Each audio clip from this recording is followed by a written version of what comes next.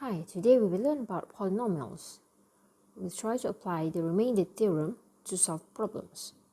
What is the remainder theorem?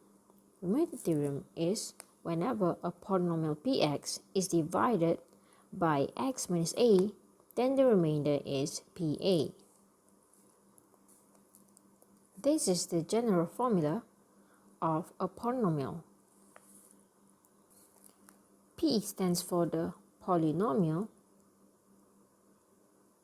Q stands for the quotient, D stands for the divisor, and R is the remainder. So the formula is just quotient multiplied with divisor plus with the remainder is equal to the polynomial. Let me give you an example.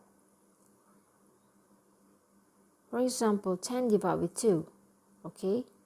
In school, in primary school, you have learned that to divide 10 with 2, you can write 10 and then 2 outside, and then you have to write 5 because 5 multiplied with 2, you get 10, and the remainder would be 0.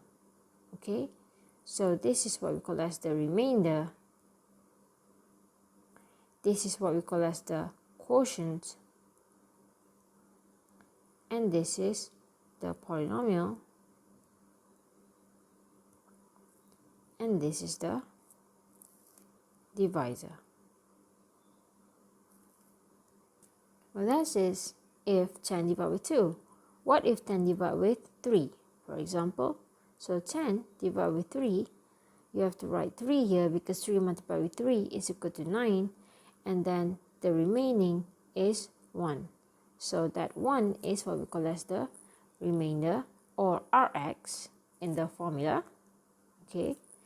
And then this 10 is what we call as the polynomial, or px in the formula. This 3 above on top is what we call as the quotient, or qx in short.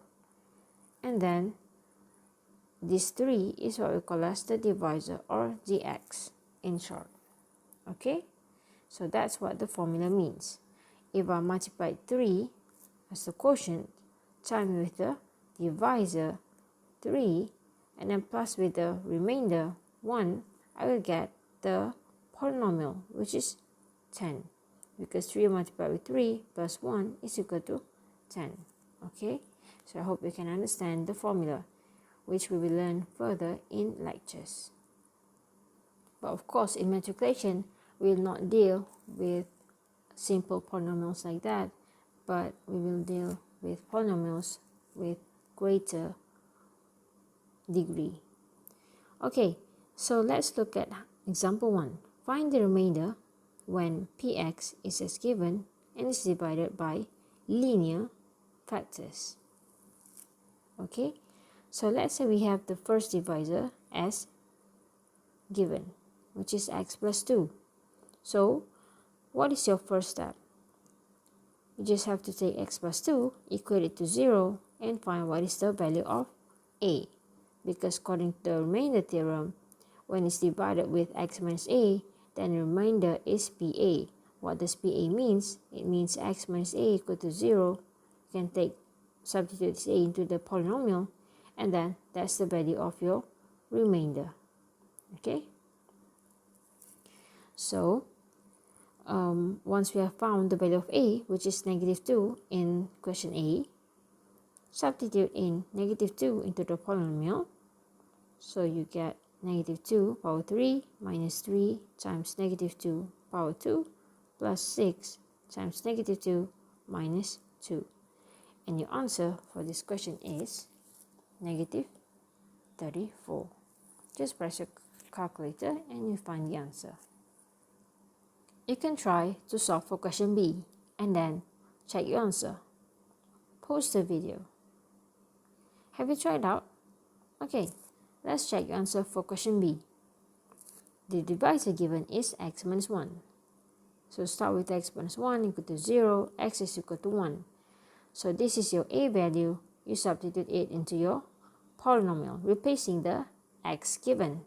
So now x given is 1. Substitute 1 to the polynomial, you get 1 power 3 minus 3 times 1 squared plus 6 times 1 minus 2. And then just press your calculator. 1 cubed minus 3 plus 6 minus 2 is equal to 2. That's your answer. Now pause the video and try C. For question C, your answer for x should be 1 over 2, and then substitute this x value into your polynomial to find your answer. And then your final answer is negative 3 over 8. Let's look at the next example.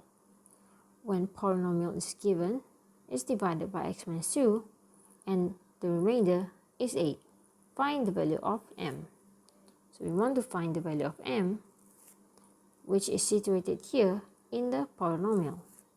Okay?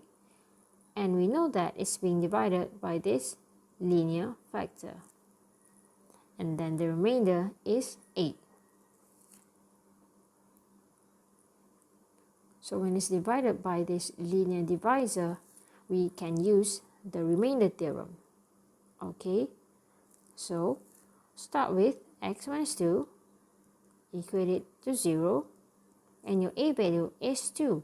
Substitute your a value into the polynomial, replacing the x there. So you have 3 times 2 cubed plus m times 2 minus 6. Remainder means that your final answer here will be 8. Okay?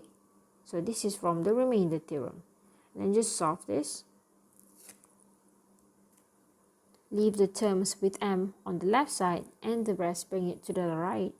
You get negative 10. And your final answer is negative 5 because you divide negative 10 with 2. That's your final answer. Now, after you have understood example 2, try example 3. Pause the video and then check your answer after you have tried out. Now, let's check your answers. The polynomial leaves a remainder of negative 6 when divided by x minus 2 and a remainder of 5 when divided by x minus 1. Find the values of a and b. So from here, we will obtain two equations.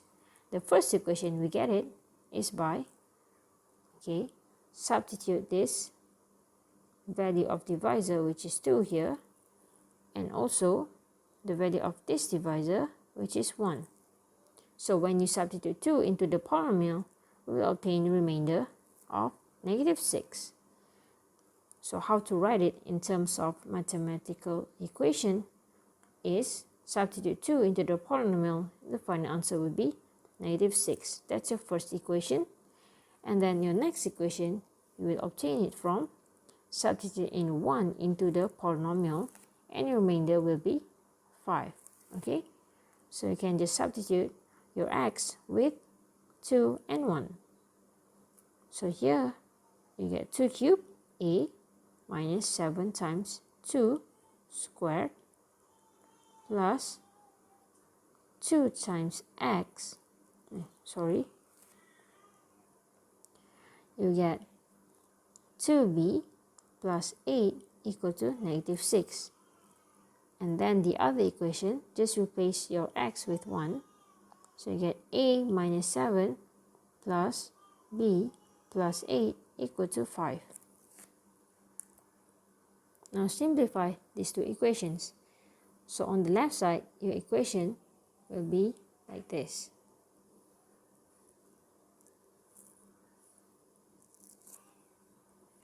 You can simplify it and arrange it until you have only the unknowns on the left side. So what you get is 8a plus 2b equal to 14. That's your first equation. Do the same for the right side equation and you get a plus b equal to 4. That's your second equation. Now this is just solving two simultaneous equations. And how to solve it? You can just use 1 minus with 2.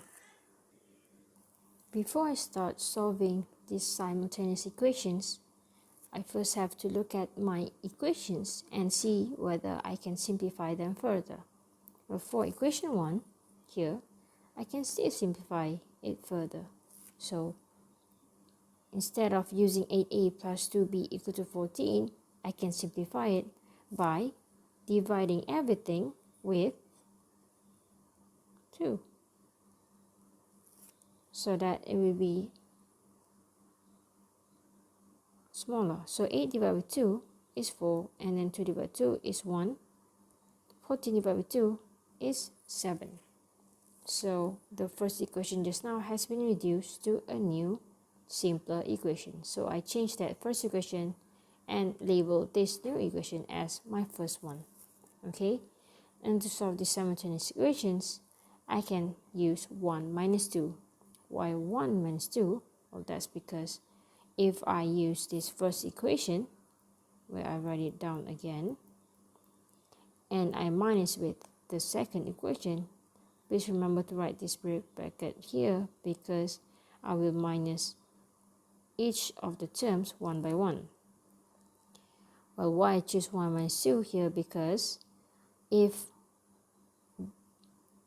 the first equation has 1b, the second equation also has 1b. So if I subtract these two equations, the b terms will cancel out.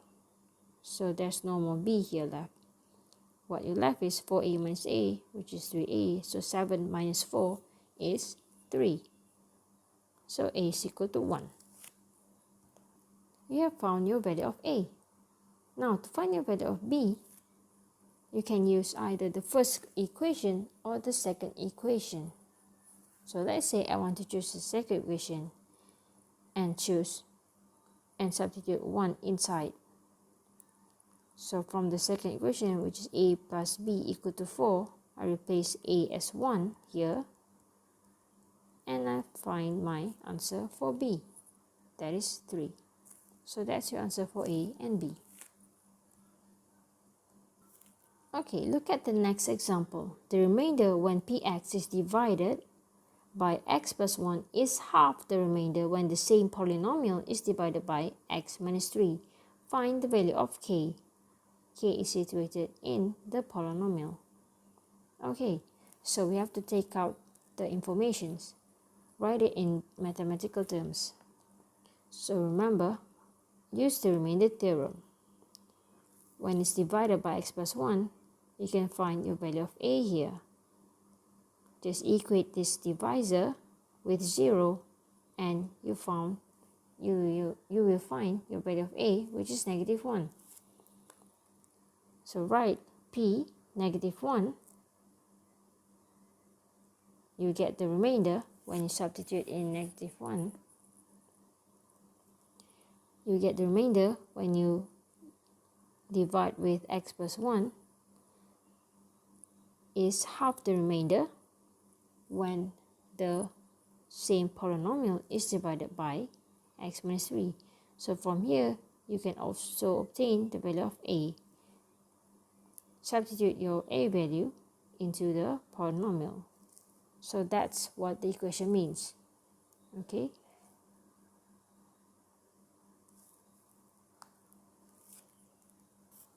Next, just substitute in your value of x into the polynomial. And this is what you get. Remember, there's 1 over 2 to be multiplied with the P3. Now simplify the equations, and now you can open your bracket and expand it. Collect all of the k terms on the left side and the rest on the right side, and then solve until you find the value of your k.